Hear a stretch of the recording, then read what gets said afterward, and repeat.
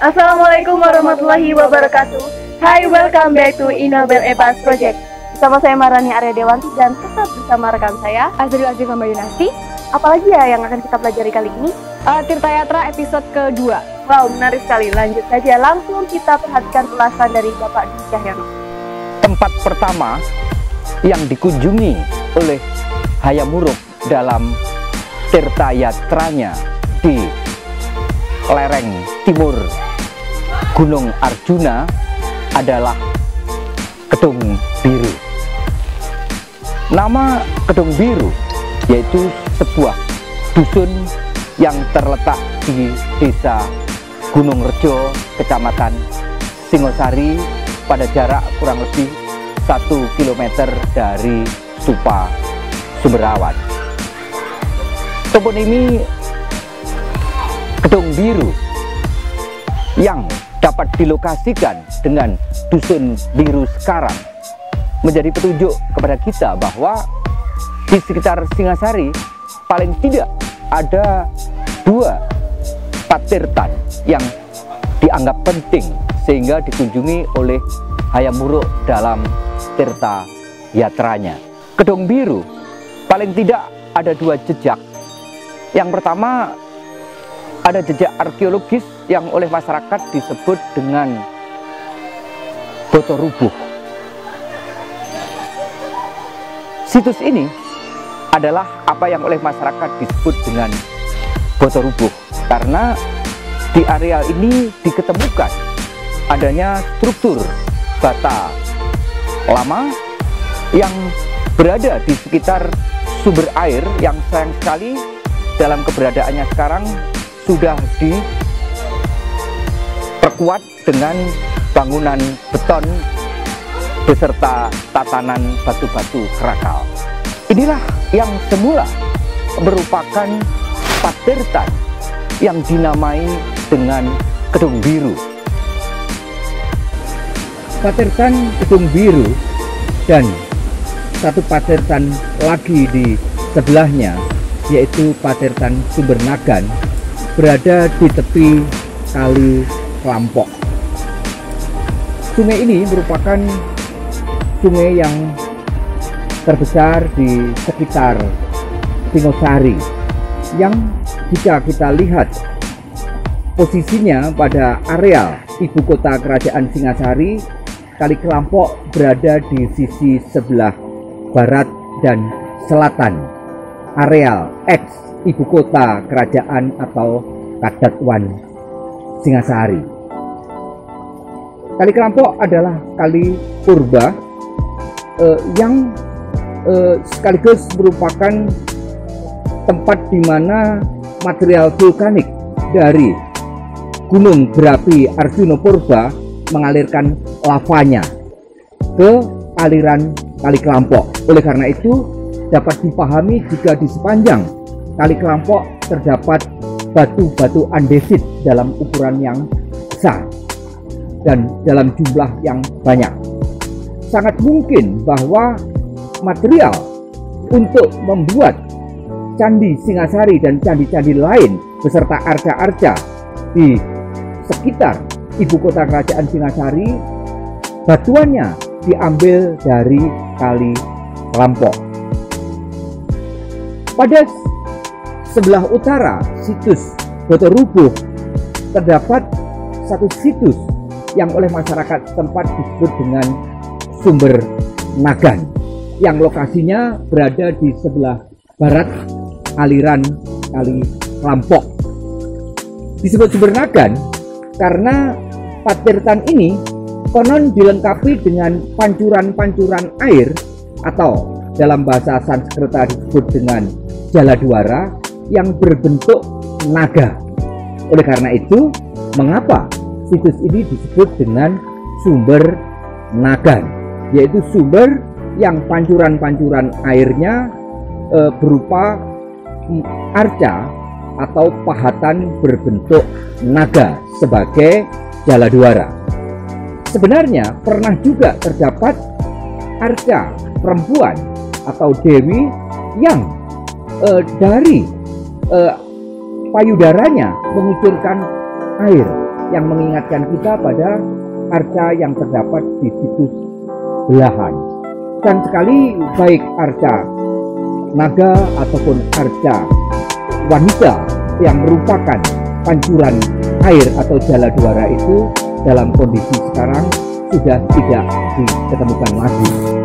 Ya, situs Patirtan Sumber Nagan merupakan patirtan tipe resapan, tipe rembesan.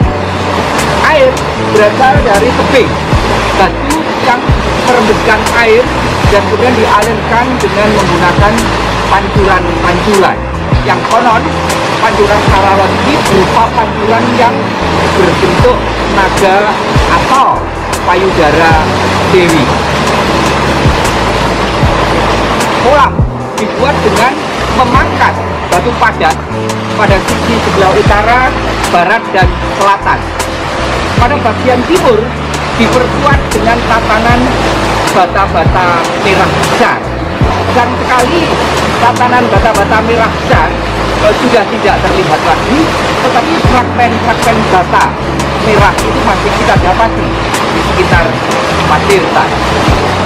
Inilah satu di antara dua Patirtan yang berada di Kali Lampok, yaitu Patirtan Sumber Nagan dan Patirtan Botorubus, yang konon dalam keterangan agama disebut dengan Patirtan Gedung Biru yang dikunjungi oleh Hayam Wuruk pada kunjungan pertamanya dari Puri Singasari, dan selanjutnya dari Patirtan Gedung Biru inilah Hayam Wuruk menuju ke Patirtan sebelahnya, yaitu Patirtan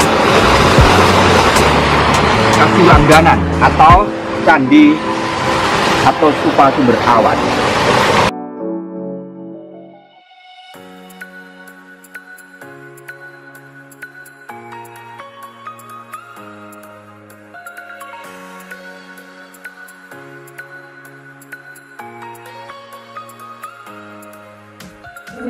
Patirtan Polaman merupakan salah sebuah patirtan yang berada di lembah sisi timur Gunung Arjuna, tepatnya di daerah Lawang.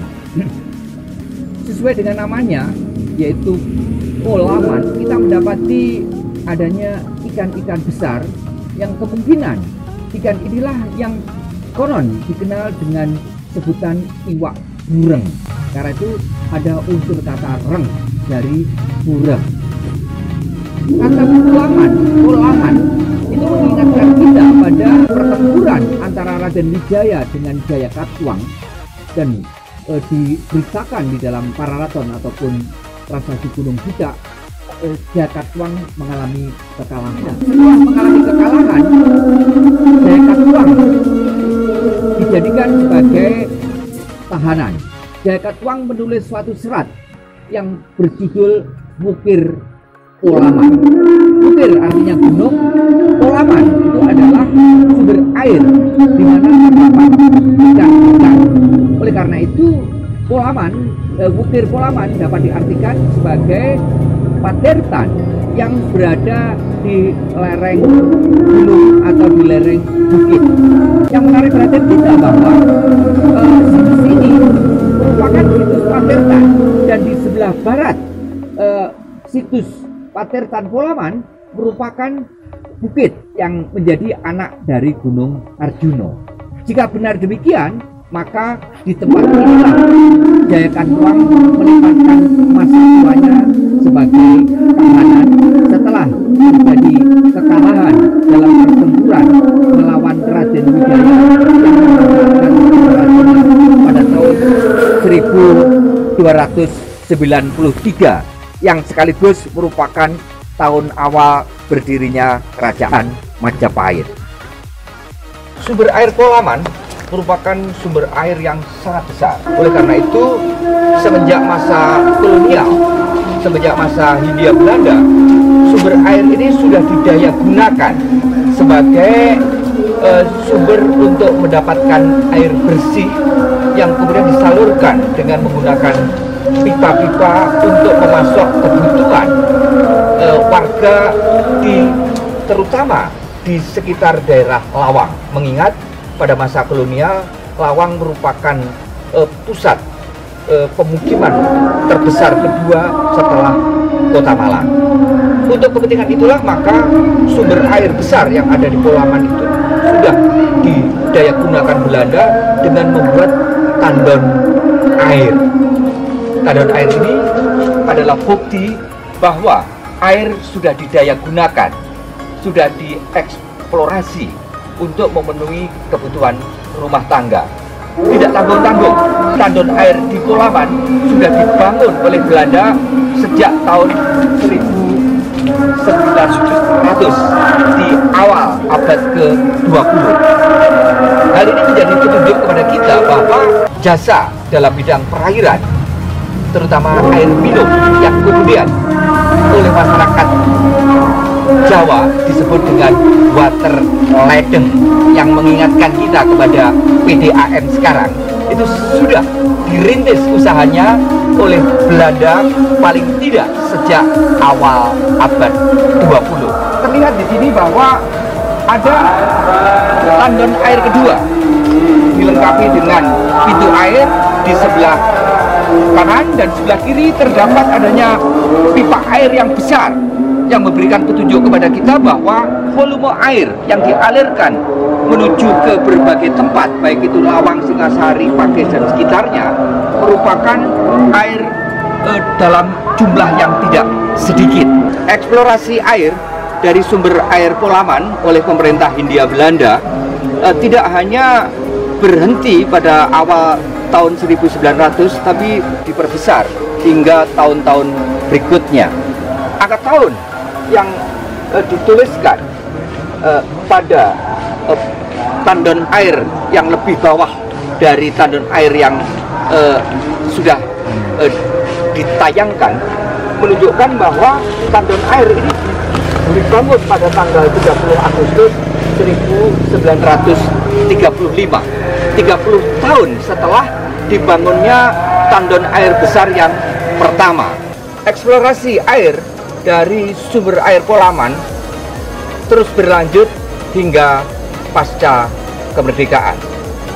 Pada era Orde Baru, sumber air bersih dari Polaman yang dikelola oleh PT Jasa Yasa selanjutnya diperluas dengan membuat tandon air besar. Ini merupakan semacam water reservoir yang airnya kemudian dijernihkan untuk memenuhi kebutuhan akan air bersih di daerah Kabupaten dan Kota Malang. Hal ini menjadi petunjuk kepada kita bahwa dari masa ke masa air memperlihatkan kepada kita merupakan sumber alamiah yang dibutuhkan oleh khalayak luas, baik untuk kepentingan yang bersifat praksis, yaitu untuk menopang beragam kebutuhan hidup, hingga keperluan yang terkait dengan ritual, yaitu ritus Matirta atau ritus Mabanyu Banyu. Ulasan mengenai petirtaan Polaman tadi sekaligus menutup jumpa kita dalam ekspedisi Tirtayatra kali ini. Kami dari tim Inabel Epas pamit undur diri. Wassalamualaikum warahmatullahi wabarakatuh.